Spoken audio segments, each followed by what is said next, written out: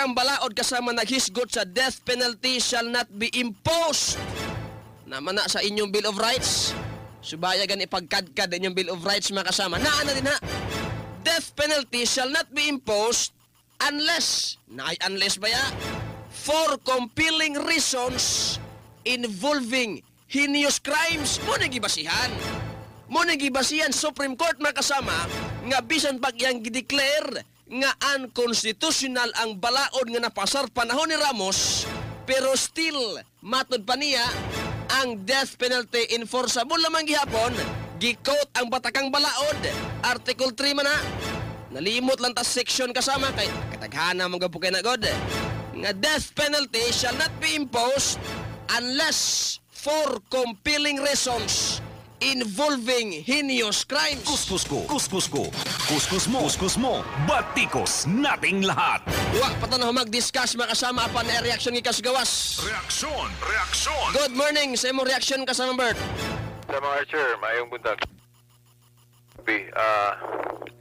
Kasama mga Archer, kung atong ibalik ng death penalty, murag ma-inconsistent ang atong gobyerno. Una akong analysis nga tungod kay unsa may reason, unsa may hinungdan nga atong gipada ang atong Vice President dito sa China ni atong wala pa gibitay ang atong tulo ka igsong Pilipino dito. Atong gipadala ang atong Vice President sa tinguha nga unta mahangyo ang gobyerno sa China nga di lang unta bitayon tungod kay luoy kayo ang pamilya nga sa laktod nga gusto na tuuntang babagan ang maong death penalty nga mahitabo dito sa China. Itong hangyoon nga unta bisag kanalang life sentence. So that means put into record na kasamang Archer nga atong nasod nga Pilipinas dili sugot anang death penalty. So kung ato nang ibalik na diri sa atong nasod sa Pilipinas, mahimong ma-inconsistent ta kasama Archer. Kay mo man na ang atong katuyuan pagpadala sa atong Vice President dito sa China unya diri sa ato na pud ang ibalik. So mao na kasamang Archer. So sa kana pong death penalty kung diri ta sa Catholic side pod naara man gihapon na, pero gipapasa Diyos ng death penalty kasama Archer kay naamay kanang gitawag na tug adlaw sa paghukom. Nga ang Diyos mismo magi mo patay, lawas ug kalagyod niadtong mga masupilon. Kay nalantaw gud simbahan nga atong hukmanan diri sa yuta dili man perfect. Dili perfect means na amay mahatulan og kamatayon nga questionable kay lagi ang atong mga huwis dili man Diyos nga 100% ang ilang hukom sakto gyud. So mas mayo nga sa una-una simbahan parang di ta masipyat ana ang Diyos na lamang gyud mo puo niadtong mga makasasala kasama mga Archer. Nya sa atong balawar pus na pulo kasugo klaro man na ang kita mga tao giingnan thou shall not kill. Only God can kill kay siya may owner of life. Gawas ang Diyos siguro mo ingon diri mo reveal gyud nga kanang dawhana patya kay di ko ganahan ana. Kana noon pero kung walay revelation gikan sa Diyos, well, atong ipapasa Diyos na kung kanusan niya hunusan kinabuhi ang maong salawayon. Kana lang sa mga Archer, mayong buntag. Reaksyon. Salamat sa imong reaksyon kasama Bert. Padayon tama kasama. Human usab nitapos ang termino ni Presidente Ramos.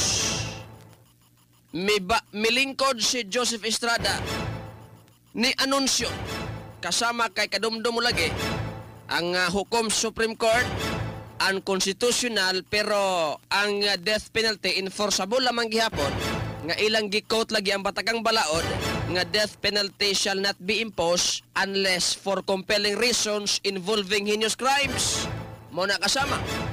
Pero human milingkod si Estrada ni anunsyo gilayon ang presidenteng isuglag mahubog mga kasama moratorium sa ato pa moratorium postponement ni ining imposition sa death penalty.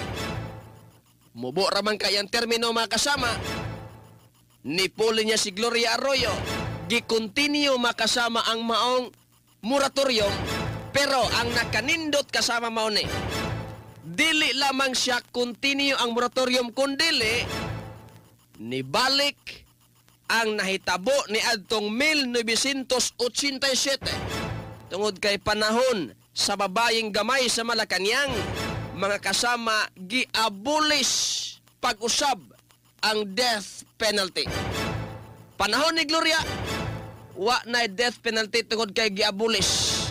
Panahon ni Irap, why death penalty kay gipospone lamang niya. Naala may moratorium. Apan panahon sa babayeng gamay sa Malacañang, mga kasama, gi-abolish pagbalik ang death penalty.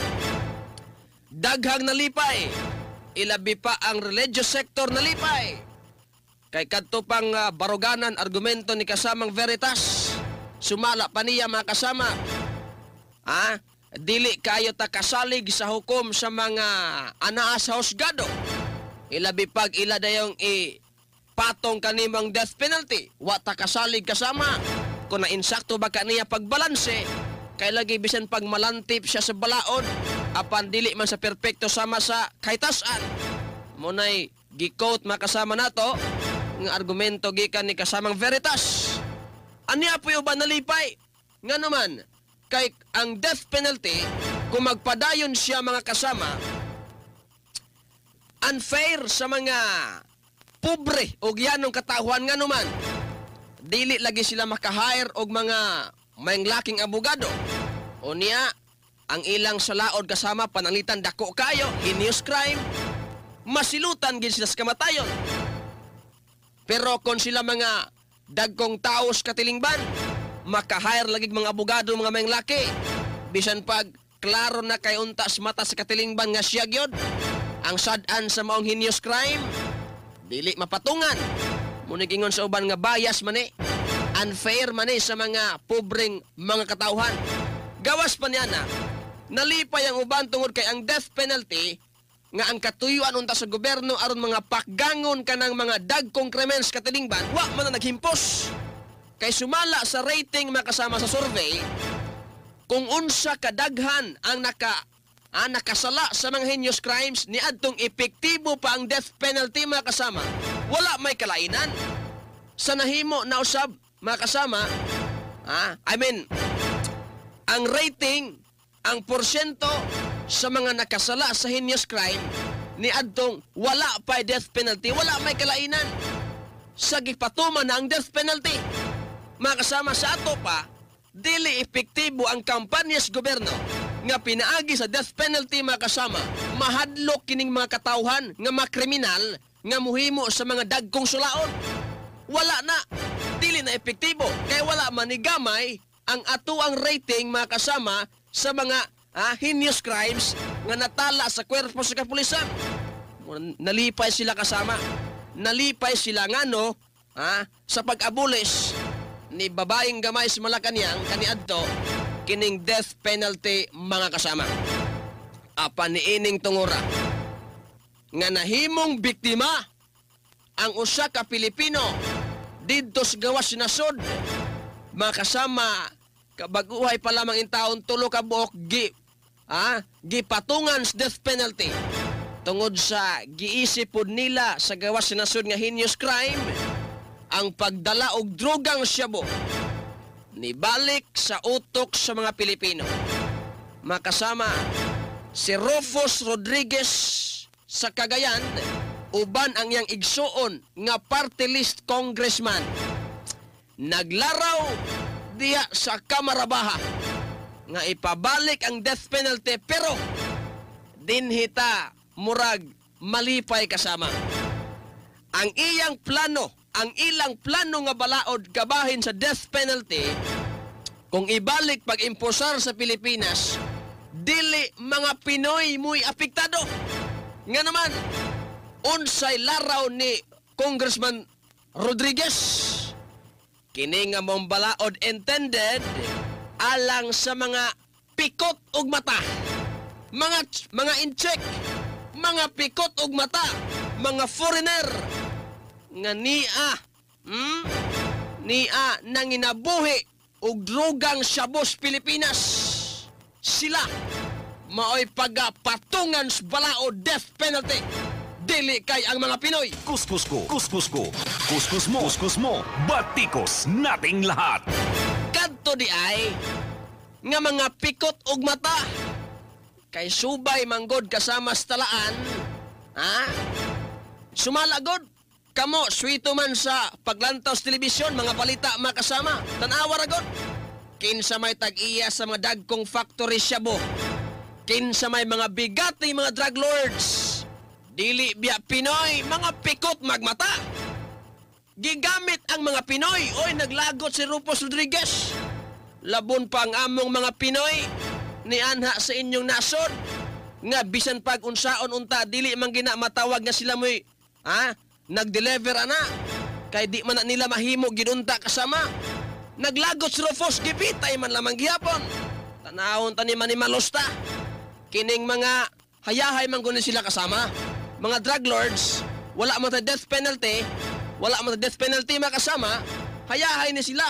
Kay bisan pag masakmit, ma-recover sa kapulisan.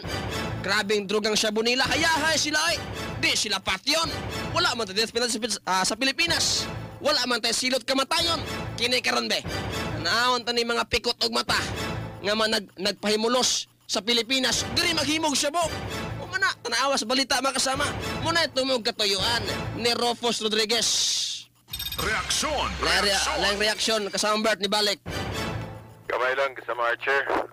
Sa akong kabahin, murag di ko mauyon pula na nga mo na reason, no? Kasama Archer.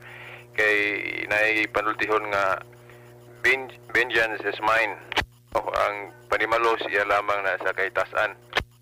So, og unsay value sa ato apodri sa nasod, unsay reason nga nung oppose ta ng death penalty, ato nang ihatag yun sa tanan, no?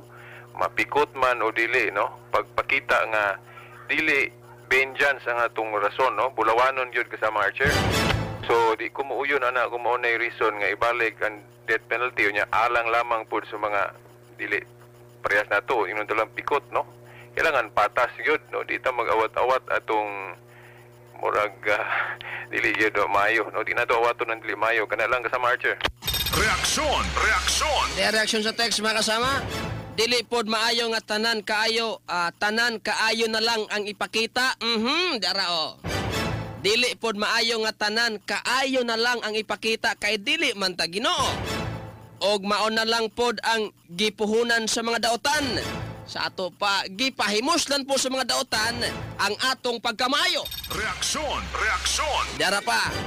Brad, maayo ibalik ang death penalty aron nga nagbuhat og dagkong sala, mamatay aron may unsa man aron may tango. Ang atong balaod gikan ni Sudyak anino. Reaksyon. Lain pang reaksyon makasama sa atong text. Brad, ang paghukom sa Lord mao ang pagpatay sa lawas ug kalags tawo.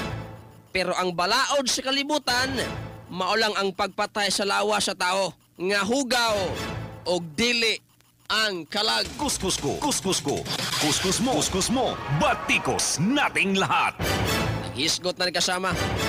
Tanan nga gustong makuha nga referensya gipangkuha na. Mabiblia ka mabalaod, makonsensya ka man. Ang tanan kasama gikuha na. Sumala pa ni Sir Bert makasama. Ingon siya, dili ta magbaton og kinaiya nga pagpanimalos. Tungod kay dili na maayo nga panag-ingnan ang pagpanimalos. Apan subay manggod sa pagtuon lagi kasama nga mapoy gibasihan sa mga congressman. Dili man Pinoy. Alkansing Pinoy. Ngayon alkansi kasama gigamit niining mga foreigner. Diri sila namuyo sa Pilipinas, dili pa ilang yuta.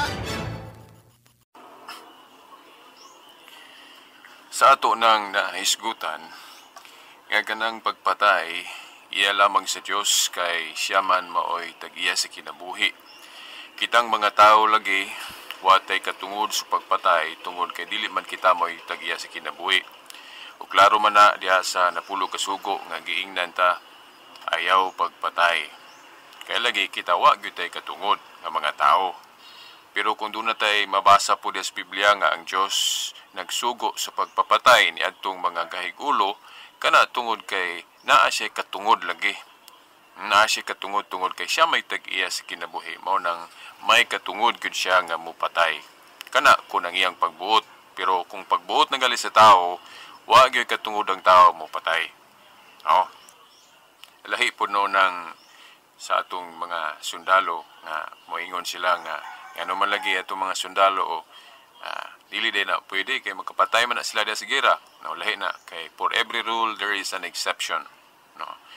Matag regulasyones doon ay exception. No? Exception ang sa atong mga sundalo bisag magkapatay sila tungod kay ang hinungdanana kuan man pagmahal sa nasod o pagdepensa sa nasod.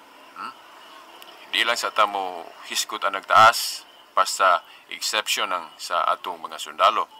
Now, kining death penalty sa atong simbahan, no, sa atong panahon karon gipapa sa Dios na, no, ato yun ang iklaro, no, nga ang Dios ra gyud moy mo honos sa kinabuhi, no, kay siya man moy tag-iya sa kinabuhi, no. Ang hinungdan lagi usab sa atong simbahan tungod kay klaro man ang hukom sa Dios sa pagbitay sa tao.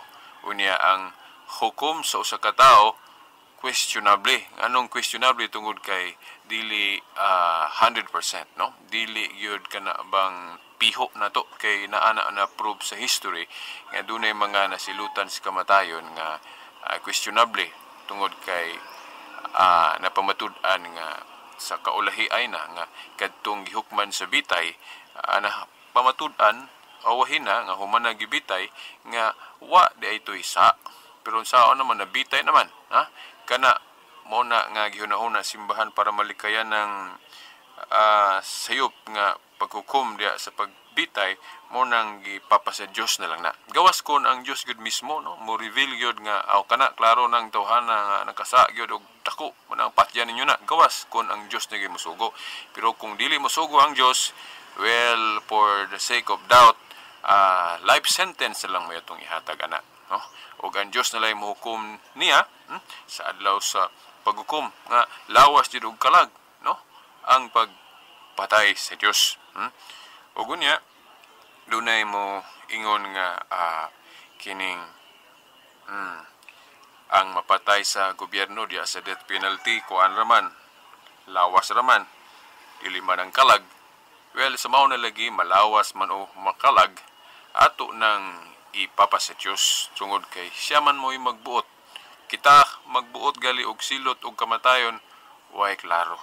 Nya lain pong punto ang simbahan nagunahuna niya ng parte sa Biblia nga kining dako kayong kalipay sa Dios sa kabag-uhan sa usa ka makasasala. Ana bang makasasala gali kayo nga mabag-o? Dako kay nang kalipay sa Ginoo kanang mausab yun ang makasasala kaysa kalaglagan sa usa ka makasasala, no? Kay kung ato kung diretsog ihawon o bitayon ng taong nakasaad sa prisuhan, mubo ra man gud iyang lifespan ba sa pagtimbang-timbang diya sa iyang kinabuhi nga nana sa prisuhan, mubo ra kaayo ang panahon, no, nga dili gid siya matagaan og dakong higayon sa paghinulsol, no. Pananglit nog ugma na ang pagbitay niya ng kasasala diya sulod sa prisuhan, no. Dayon pagkasunod unta to adlaw na ay misyonero nga muanha sa prisuhan daron sa pag-share sa pulong sa Ginoo nya matandog unta to nya mabag-o dili na mahitabo ngano kay gibitay naman, no. Una nga ang kagustuhan sa Ginoo nga dako niyang kalipay sa kabag-uhan sa makasasala di na mahitabo tungod kay gibitay naman sa tao ang maong tao wa man katagay og hataas nga panahon nga siya maghinulsol. Dili nato na kanabang problemaho ng supat gyud ang simbahan ng death penalty. Well, sa ato na laging giklaro nga ang death penalty naara na. Pero ato nang ihatag sa mga kamot sa mogi angayan muhunos ana dili kita kay wa may klaro kitang mga tao musilot og kamatayon. Gawas lamang kun ang Dios mismo mo musugo gyud nato mga higala. Sumo na nga ang simbahan tungod kay gipakadak-an niya ang gugma sa atong panahon karon kay mo man ay gitudlo ni Kristo, mo nay usa sa dako kayong hinungdan nga moingon ang simbahan, Lord, kanang death penalty ikaw na lang gyud ana mohimo kay kami way klaro ning among hukom kay masipyat man mi. So dili ta kuha na kana bang unsa ni kanang maproblema ana about anang death penalty kay naa may Dios nga sa adlaw sa paghukom siya gyud may mangunay ni ana, klaro pa ang iyang hukom, dili pa kinibang questionable. Nakaron ang uban mo ingon nga dili pud maayo nga tanan na lang yung kaayo atong ipakita kay abusuhan man sa mga makasasala. Well, naa sa Biblia, no? May I quote ya sa Romans chapter 12 verse kining 19 ay mabasa na to din nga klaro gyud nga nag-ingon ang Dios, vengeance is mine. Ang pagkinibang panimalus iya lamang gyud na sa Dios, no? Kay na may moingon nga panimalus lagi, no? Kay gipitay atong kanabang Pilipino dito sa China nya diri di wala gibitay ng mga insect o mga pikot diri nga nakasala yanang droga mo na balusa na to na maghimo tag balao diri nga diri mga Pilipino mahukman sa nga dako, di lang nato bitayon pero mga pikot na gali bitayon na to na kay ngano gong gibitay nila atong igsoon dito sa ilang lugar. Well, mao lagi na kanang panimalus dili maayo nga ehemplo na, no? Nganong dili maayo nga ehemplo tungod kay nabitaw to salida nga atong nakita nga gipadako ng panimalus. Ang panimalus, no, gipakita sa maong salida nga nag-anak og panimalus, then ang panimalus pod ni anak pag panimalus, no? Sama anang di lang ko magisgot na ay grupo nga mo na ilang batasan kanang pagpanimalus kay gikuan kuno gidaog-taog ilang banay dayon mo nang manimalus sila then pagpanimalus nila katupong ilang gipanimaslan mo balos pod then katong gibaslan lagi nimalus na pod hangtod walay kahumanan ang pagpanimalus muna nga patay lang gyud, distraction lang gyud ang mahitabo unsay isang putanan ni anang kung paharion nato kanang vengeance kun panimalus. Pero atong ipapasa Diyos ng vengeance kay mo man na iyang ingon diri sa Biblia, no? Romans 12:19 nga vengeance is mine ang pagpanimalus iya lamang sa Dios hapsay gyud kung siya ray mohimuana kay makatarunganon ang panimalus sa Dios kaysa panimalus sa tao. Na-prove na sa kasaysayan nga ang panimalus nga paghahimon sa tao mag-anak-anak lang na siya kagubot, mag-anak-anak lang na siya panimalus wa gyoy kahumanan ang panimalus. Di ba na ay grupo di lang ko magisgot sa atong panahon diri ug sa kasaysayan nga tungod ni anang gipahari nga panimalus way kahumanan siging gadumot, no? Dapit dito sa Middle East na ay mga tao diha nga tungod sa panimalus hangtod karon sige lang gagubot. Ya mo na makita na to diya sa mga news, no, madungog makita na to sa atong mga balita nga wa gyoy maayong sangputan niya ng panimalus nga ipahari nato sa tong kasing-kasing, no, mga higala. Ug niya ang sa simbahan mo'y para nako dako nga pinaka maayo nga option kung para nato maayo nga option ang death penalty para malimpyuhan ang atong katilingban, pero para nako mas maayo nga option, no? Kung maayo ng death penalty para nako mas maayo ang option sa simbahan ngano kay gipapa sa Dios yun ang death penalty nga klaro gyud ang hukom kay iya man sa Dios. Pero kung ang hukmanan sa tao mo'y mohukom og silos kamatayon, kung maayo manggaling na para nako mas maayo kung ipapa sa Dios kanang hukom bitay. Ngano sa ako nang giingon mas klaro ang hukom sa Dios kay sa hukom sa tao. Ug kana daing tuod nga kuan giingon nga dili maayo nga tanan na lang yung kaayo atong ihatag ni anang mga makasasala, no? Kay abusuhan man na nila. Well, nasa atong pagtuo nga kanagong dautan kung basla na to og dautan wa lagi paras na atong giingon ako nga vengeance beget vengeance, no? Ang panimalus mo anak kog panimalus. So kana pong prinsipyo nato nga kana bang dili maayo nga tanan na lang yung kaayo atong ipakita ngadto sa tanan, labi na sa mga magkasasala kay abusuhan na. Well, I believe the power of truth. I believe the power of humility. I believe sa gahom sa kaayo nga atong buntugon ang kadautan sa tao pinagi sa maayo. No, dili na to balusan o dautan ang gibuhat sa mga dautan. Naba na sa Biblia no mga igala, no? Nasa Roma kapitulo 12 nga matud pa, be not overcome of evil, but overcome evil with good, no? Ayaw pa daog sa dautan, pero dag-a ang dautan pinagi sa maayo, no? Kana laging buhat sa mga dautan nga ato ng balusan o dautan nga maong pagpatay nga bisag wa tay katungod sa pagpatay iyara sa Dios nga ato nang himuon gibalusan atong dautan ang gibuhat sa dautan, mao na nga kana dili na siya biblical principle. Kaya ang biblical principle nga ang dautan matud pa no ni San Pablo balusan atog maayo sama sa gingon ni Kristo sa pasumbing kay nga kung bunon kag bato balusi og pan, no? Og ang mensahe niya na I believe nga gahom na, no, kanang believe sa power sa pagpaubos, no, gahom sa pagpaubos, no, gahom sa pagpaubos o power of humility kana lang mga igala.